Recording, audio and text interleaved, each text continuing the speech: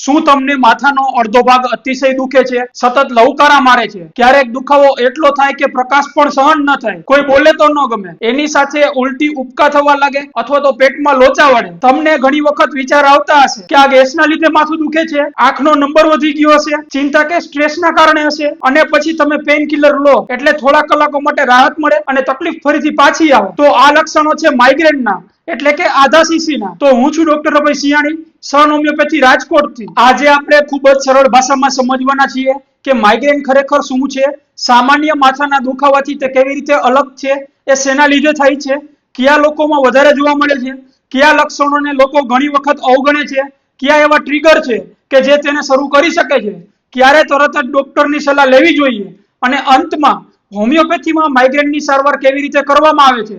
તો આ વિડીયો છેલ્લે સુધી જુઓ, કારણ કે અંતમાં હું કેટલીક એવી સામાન્ય ભૂલો વિશે પણ વાત કરીશ જે હજારો લોકો રોજિંદા જીવનમાં કરતા આવે છે, જેના લીધે માઇગ્રેનની તકલીફ વધતી હોય છે. તો સૌપ્રથમ એક વાત સમજી લઈએ કે માઇગ્રેનનો દુખાવો એક સાઈડનો માથાનો દુખાવો ફક્ત નથી. આ મગજ અને નર્વસ સિસ્ટમ સાથે સંબંધિત એક જટિલ સ્થિતિ છે, એટલે કે તેમાં ફક્ત દુખાવો જ નથી થતો, પરંતુ આખા શરીર પર તેની અસર થઈ શકે છે. ઘણા લોકોને એવું લાગતું હોય છે કે માથું દુખે એટલે પેઇન કિલર લઈ લેવાની એટલે વાત પૂરી થઈ જાય, પરંતુ જો વારંવાર માથાનો દુખાવો થતો હોય જે તમારું કામ, અભ્યાસ, રોજિંદુ જીવન અને ઊંઘને પણ અસર કરી શકે છે, તો માત્ર પેઇન કિલર ખાઈને દુખાવો દબાવી દેવો એનું પરમેનન્ટ સોલ્યુશન નથી. કારણ કે માઇગ્રેનમાં ફક્ત માથું નથી દુખતું, પરંતુ મગજની કેટલીક પ્રક્રિયાઓ પણ બદલાઈ જાય છે, જેના કારણે દુખાવો અને બીજા ઘણા લક્ષણો જોવા મળતા હોય છે. તો હવે પ્રશ્ન થાય કે માઇગ્રેનમાં દુખાવો કેવો હોય છે. ઘણા દર્દીઓ કહેતા હોય કે માથાની એક જ બાજુ કોઈ હથોડા મારતું એવું લાગે છે, અથવા તો હૃદયના ધબકારાની સાથે માથાની નસ પણ ધબકતી હોય એવો દુખાવો થાય છે. પરંતુ એક મહત્વની વાત યાદ રાખજો, દરેક વ્યક્તિમાં માઇગ્રેન એક સરખો નથી હોતું. કેટલાક લોકોને બંને બાજુ પણ દુખાવો થઈ શકે છે, કેટલાકમાં પાછળના ભાગમાં થાય છે, તો કેટલાકમાં માથું આખું ભારે લાગતું હોય છે. એટલે ફક્ત એક બાજુ દુખે એટલે જ માઇગ્રેન અને બંને બાજુ દુખે એટલે માઇગ્રેન નથી, આવું માનવું પણ તદ્દન ખોટું છે. તો હવે પ્રશ્ન થાય કે માઇગ્રેન દરમિયાન પ્રકાશ કેમ ના ગમે. ઘણા દર્દીઓ કહેતા હોય છે કે રૂમની સામાન્ય ટ્યુબલાઇટ પણ આંખમાં ચૂભતી હોય એવું લાગે છે, ટીવીનો અવાજ, બાળકોનો અવાજ અથવા મોબાઈલની રિંગટોન પણ અસહ્ય લાગે છે. કેટલાક લોકોને શાંતિથી અંધારામાં સૂઈ રહેવાની ઈચ્છા થતી હોય છે, અને એક ઇમ્પોર્ટન્ટ વાત એ છે કે કેટલાક લોકોને માથાનો દુખાવો શરૂ થાય એની પહેલા જ શરીર સંકેત આપવા લાગતું હોય છે. કોઈને વારંવાર બગાસા આવે છે, કોઈને અચાનક ખૂબ જ થાક લાગે છે, કોઈને વધુ પડતી ખાવાની ઈચ્છા થતી હોય છે, કોઈનું ધ્યાન ભટકવા લાગે છે, તો કોઈને ચીડિયાપણું વધી જતું હોય છે. ઘણા લોકોને ખબર પણ નથી હોતી કે આ બધા માઇગ્રેનના હુમલાની શરૂઆતના સંકેતો છે. કેટલાક દર્દીઓમાં ખાસ પ્રકારનો અનુભવ પણ થતો હોય છે, જેને ઓરા કહેવામાં આવે છે. તેમાં વ્યક્તિને થોડા સમય માટે આંખમાં ઝાંખું દેખાય, આંખ સામે ચમકારા દેખાય, ઝીગઝેગ લાઈનો દેખાય, અથવા તો આંખ સામે થોડો ભાગ દેખાતો જ બંધ થઈ જાય. એની સાથે કેટલાક લોકોને હાથમાં ઝણઝણાટી થતી હોય છે, બોલવામાં તકલીફ પણ અનુભવાતી હોય છે. સામાન્ય રીતે આ લક્ષણો થોડા સમય માટે રહેતા હોય છે, અને પછી માથાનો દુખાવો શરૂ થઈ શકે છે. જો તમને પહેલી વાર આવા લક્ષણો અનુભવાય અથવા તો તે લાંબા સમય સુધી રહે, તો તેને અવગણવું યોગ્ય નથી. તેમાં તાત્કાલિક સારવાર અને નિદાન કરવું જરૂરી થઈ જાય છે. તો હવે તમે વિચારતા હશો કે માઇગ્રેન થાય છે શેના લીધે? તો શું તેનું કારણ માત્ર સ્ટ્રેસ છે? શું વધારે મોબાઈલ વાપરવાથી થાય છે? શું એ ગેસથી થાય છે? શું આ આંખના નંબર વધવાથી થતું હોય છે? તો સામાન્ય રીતે માઇગ્રેન સાથે અનેક પરિબળો જોડાયેલા હોય છે.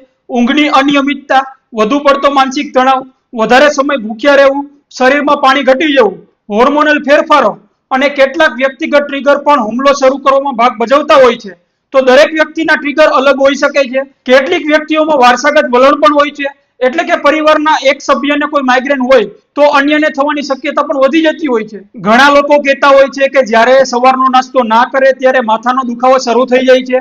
કેટલાક લોકોને વધારે તડકામાં જવાથી માથું દુખવાની શરૂઆત થતી હોય છે. કોઈ કહેતું હોય કે મને પરીક્ષા અને ઓફિસના ટેન્શન પછી માઇગ્રેનનો હુમલો આવે છે, તો કોઈને ઊંઘ ઓછી થાય ત્યારે, કે ક્યારેક રજા હોય અને ઊંઘ વધારે થઈ જાય તો પણ માઇગ્રેન થઈ શકે છે. કેટલાક લોકોને શરીરમાં પાણીની ઉણપ, વધારે ગરમી, લાંબી મુસાફરી અથવા તો સતત કોમ્પ્યુટર સામે કામ કરવાથી, અથવા તો તેજ પ્રકાશ અથવા તો પરફ્યુમની સુગંધથી પણ માઇગ્રેનના અટેકની શરૂઆત થતી હોય છે. મહિલાઓમાં માસિક ચક્ર દરમિયાન હોર્મોનલ ફેરફારોના કારણે પણ કેટલાક દર્દીઓમાં માઇગ્રેન વધતો જોવા મળે છે. પરંતુ ફરી યાદ રાખજો, દરેક દર્દી માટે ટ્રિગર અલગ હોઈ શકે છે, એટલે દરેક દર્દી માટે પોતાની પેટર્ન ઓળખવી ખૂબ જ મહત્વની છે. તો અહીં હું તમને એક સવાલ પૂછવા માંગુ છું, શું તમે ક્યારે ધ્યાન આપ્યું છે કે તમારો માથાનો દુખાવો કોઈ ખાસ પરિસ્થિતિ પછી જ શરૂ થાય છે? જો હા, તો તમે અમને કમેન્ટમાં જરૂરથી જણાવજો. તો હવે સૌથી મહત્વની વાત, ઘણા લોકોનો પહેલો પ્રશ્ન એ હોય છે કે શું માઇગ્રેન માટે દર વખતે MRI કે CT સ્કેન કરાવવું જ પડે? તો તેનો જવાબ છે દરેક દર્દીમાં નહીં. મોટા ભાગના કેસોમાં ડોક્ટર તમારી સંપૂર્ણ હિસ્ટ્રી, લક્ષણો, દુખાવાની રીત, કેટલા સમયથી તકલીફ થાય છે, કેટલી વાર થાય છે અને તેની સાથે આવતા બીજા લક્ષણોના આધારે માઇગ્રેનનું નિદાન કરી શકે છે. જો લક્ષણો સામાન્ય માઇગ્રેન જેવા હોય અને તપાસમાં કોઈ ચિંતાજનક બાબત ન જણાય તો CT સ્કેન કે MRI ની જરૂર પડતી નથી. પરંતુ જો જીવનમાં પહેલીવાર સૌથી ભયંકર માથાનો દુખાવો થયો હોય, માથા ઉપર ગંભીર ઈજા હોય, અચાનક હાથ પગમાં નબળાઈ આવી ગઈ હોય, બોલવામાં મુશ્કેલી થતી હોય, સતત બેભાન થવું, આંચકી આવવી, તાવ સાથે ગરદન જકડાઈ જવી અથવા ઉંમર વધ્યા પછી પહેલીવાર આવો અસામાન્ય દુખાવો શરૂ થયો હોય તો ડોક્ટર જરૂર મુજબ MRI, CT સ્કેન અથવા અન્ય તપાસ કરવાની સલાહ આપી શકે છે. એટલે દરેક માથાના દુખાવાને એક સરખો માની લેવો યોગ્ય નથી. હવે એક સામાન્ય ગેરસમજ દૂર કરીએ. ઘણા લોકો કહેતા હોય કે મને ગેસ થાય એટલે માથું દુખે છે. હકીકતમાં કેટલીક વાર માઇગ્રેન દરમિયાન જ પેટમાં લોચા વળવા, ઉલટી, ઉબકા અથવા ભૂખ ન લાગવી જેવા લક્ષણો પણ જોવા મળતા હોય છે. એટલે દરેક વખતે ગેસ માથાના દુખાવાનું મૂળ કારણ હોય એવું જરૂરી નથી હોતું. કેટલીક વાર માઇગ્રેનના કારણે પણ પાચન સંબંધિત તકલીફો અનુભવાઈ શકે છે. હવે વાત કરીએ એવી ભૂલોની જે ઘણા દર્દીઓ અજાણતા કરતા હોય છે. સૌથી પહેલી ભૂલ, દુખાવો શરૂ થતા જ પોતાની રીતે વારંવાર પેઇનકિલર લેવી. બીજી ભૂલ, દુખાવો ન હોય ત્યારે જીવનશૈલી એટલે કે લાઇફસ્ટાઇલનું કોઈ ધ્યાન ન રાખવું અને હુમલો આવે ત્યારે સારવાર શોધવા બેસવું. ત્રીજી ભૂલ છે દરેક સલાહ સોશિયલ મીડિયા અથવા બીજાના અનુભવ પરથી માનવી. યાદ રાખજો, એક વ્યક્તિને જે વસ્તુથી ફાયદો થયો હોય તે બીજી વ્યક્તિ માટે યોગ્ય જ હોય એવું જરૂરી નથી હોતું. તો ઘણા લોકો પૂછતા હોય શું માઇગ્રેનથી મગજ ખરાબ થઈ જાય છે? સામાન્ય રીતે મોટા ભાગના દર્દીઓમાં માઇગ્રેન મગજને નુકસાન નથી પહોંચાડતું, પરંતુ વારંવાર થતા ગંભીર દુખાવાના લીધે વ્યક્તિના જીવનની ગુણવત્તા પર મોટી અસર કરી શકે છે. ઓફિસમાં કામ પર ધ્યાન ના રહે, અભ્યાસમાં મુશ્કેલી પડે, પરિવાર સાથે સમય પસાર કરવો મુશ્કેલ બને, મુસાફરી ટાળવી પડે અને ઘણા લોકોમાં ચિંતા અથવા સ્ટ્રેસ પણ વધે. એટલે માઇગ્રેન માત્ર દુખાવાની સમસ્યા નથી, પરંતુ સમગ્ર જીવનને અસર કરી શકે તેવી સ્થિતિ છે. તો હવે પ્રશ્ન થાય, શું માઇગ્રેન બાળકોમાં પણ થઈ શકે? તો જવાબ છે હા, થઈ શકે. ઘણા માતા પિતા માનતા હોય છે કે બાળકોને માઇગ્રેન થતો જ નથી, પરંતુ હકીકતમાં કેટલાક બાળકોમાં પણ વારંવાર માથાનો દુખાવો, ઉલટી, ઉબકા, પ્રકાશ ન ગમવો અથવા રમવા કૂદવામાં રસ પણ ઓછો થઈ જવો એવા લક્ષણો જોવા મળતા હોય છે. બાળકો સામાન્ય રીતે પોતાની તકલીફને સ્પષ્ટ રીતે કહી શકતા નથી, એટલે માતા પિતાએ વારંવાર થતા લક્ષણો પર ધ્યાન આપવું જોઈએ અને જરૂર પડે તો બાળ રોગ નિષ્ણાત અથવા ન્યુરોલોજીસ્ટની સલાહ લેવી પણ જોઈએ. વૃદ્ધ લોકોમાં જો પહેલીવાર અચાનક નવો અને અસામાન્ય પ્રકારનો માથાનો દુખાવો શરૂ થાય તો તેને ફક્ત માઇગ્રેન માનીને અવગણવો યોગ્ય નથી, કારણ કે આ ઉંમરમાં કેટલાક ગંભીર કારણો પણ હોઈ શકે છે. તેથી યોગ્ય તપાસ જરૂરી બની જાય છે. ઘણા લોકોનો સૌથી સામાન્ય પ્રશ્ન એ હોય છે, ખાવા પીવામાં શું ધ્યાન રાખીએ કે માઇગ્રેન ક્યારેય ના થાય, અથવા કઈ વસ્તુ માઇગ્રેનમાં બિલકુલ બંધ કરી દઈએ? સાચો જવાબ એ છે કે માઇગ્રેન માટે કોઈ એક ફિક્સ ડાયટ નથી જે દરેક વ્યક્તિને સરખી રીતે ફાયદો કરે. દરેક દર્દીનો અનુભવ અલગ હોઈ શકે છે. કોઈ એક વ્યક્તિને એક ચોક્કસ વસ્તુથી માઇગ્રેન શરૂ થતું હોય તો બીજી વ્યક્તિને એ જ વસ્તુથી કોઈ તકલીફ ન પણ થાય. એટલે બધી વસ્તુઓ બંધ કરી દેવી યોગ્ય રસ્તો નથી, પરંતુ કેટલીક સામાન્ય બાબતો એવી છે જે ઘણા લોકોમાં મદદરૂપ થઈ શકે છે. સૌથી મહત્વની વાત એમાં છે સમયસર ભોજન લેવું. ઘણા લોકો કામના કારણે સવારનો નાસ્તો છોડે છે, બપોરે જમવામાં મોડું કરે છે અને પછી સાંજે ખૂબ જ ભૂખ્યા થઈને એક સાથે વધારે ખાઈ લે છે.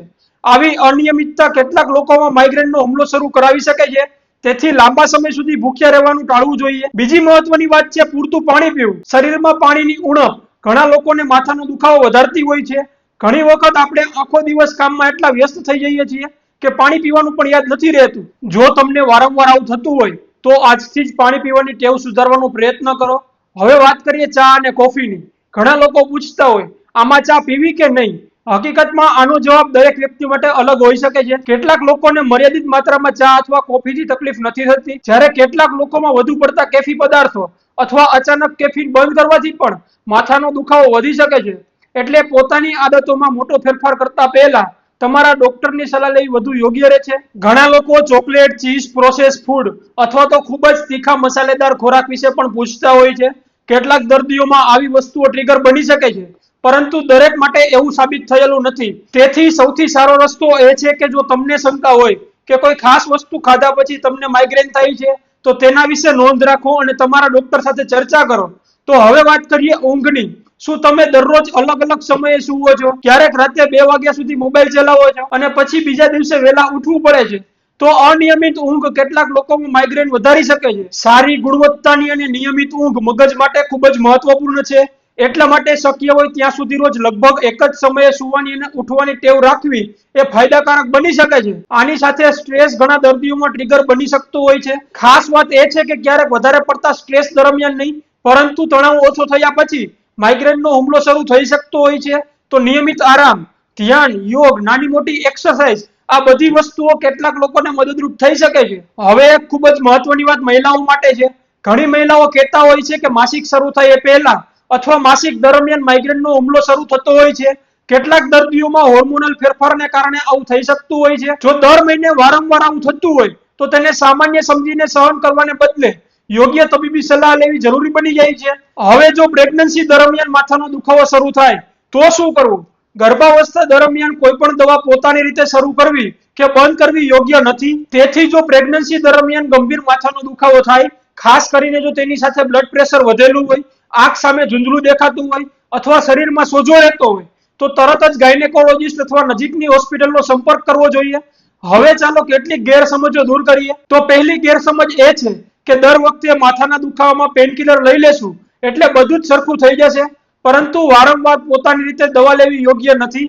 જો માથાનો દુખાવો વારંવાર થાય છે તો તેના માટે યોગ્ય નિદાન વધુ જરૂરી થઈ જાય છે. બીજી ગેરસમજ એ છે કે માઇગ્રેન ક્યારેય કંટ્રોલમાં આવી જ નથી શકતો. હકીકતમાં ઘણા લોકોમાં યોગ્ય નિદાન, ટ્રિગર ઓળખ્યા બાદ લાઇફસ્ટાઇલમાં ફેરફાર અને યોગ્ય મૂળ કારણ ઉપર સારવાર કરવાથી આનું પરમેનન્ટ સોલ્યુશન થતું હોય છે. તો હવે આમાં પ્રશ્ન થાય કે જો પેનકિલર વારંવાર લેવી પડતી હોય તો માઇગ્રેન માટે સૌથી બેસ્ટ ટ્રીટમેન્ટ કઈ છે? તો એ છે હોમિયોપેથી, જેમાં દર્દીને પૂરતો સમય આપીને તેના શરીરમાં થયેલા ફેરફારોને અને માઇગ્રેન પાછળના મૂળ કારણોને સમજવામાં આવે છે અને તેના પરથી સારવાર કરવાથી વારંવાર થતા માઇગ્રેનને કાયમી રીતે અટકાવી શકાય છે. તો સન હોમિયોપેથી જે રાજકોટ મવડી ખાતે આવેલ છે, જેમાં બેસ્ટ ડોક્ટર્સની ટીમ છે, જે ઓનલાઈન કન્સલ્ટન્સી પણ પ્રોવાઈડ કરે છે. તેઓ દર્દીના શરીરમાં થયેલા ફેરફારોને અને તેની પાછળના કારણોને યોગ્ય સમય આપીને સારી રીતે સમજે છે અને દર્દીને ઘરે બેઠા જ બેસ્ટ ટ્રીટમેન્ટ ગુજરાત, ભારત અને દુનિયાના દરેક ખૂણે ફાસ્ટ કુરિયર દ્વારા દવા ઝડપથી મોકલવામાં આવે છે. તો આજે જ ડિસ્ક્રિપ્શનમાં આપેલ નંબર પર કોલ કરો, વોટ્સએપ પર મેસેજ કરો અને તમારું કન્સલ્ટેશન બુક કરો. તમારી કોઈ પણ બીમારી માટે એક્સપર્ટ ડોક્ટરની ટીમ પાસેથી યોગ્ય સારવાર મેળવો. તો મિત્રો, જો તમને આજનો આ વિડીયો ઉપયોગી લાગ્યો હોય તો એને જરૂરથી લાઈક કરો અને આવી જ સરળ, વિશ્વસનીય અને ઉપયોગી આરોગ્ય માહિતી માટે અમારી ચેનલ સન હોમિયોપેથી રાજકોટને સબસ્ક્રાઇબ કરો. અને જો તમને માઇગ્રેન અથવા અન્ય કોઈ બીમારીને લગતા પ્રશ્ન હોય તો અમને કમેન્ટમાં જરૂરથી જણાવજો. અમે આપને અચૂકથી જવાબ આપીશું. તો આ વિડીયો એવા લોકો સુધી શેર કરો જેને માઇગ્રેનની તકલીફ હોય. તો ફરીથી મળીશું આવતા વિડીયોમાં. ત્યાં સુધી સ્વસ્થ રહો, સુરક્ષિત રહો. જય હિન્દ.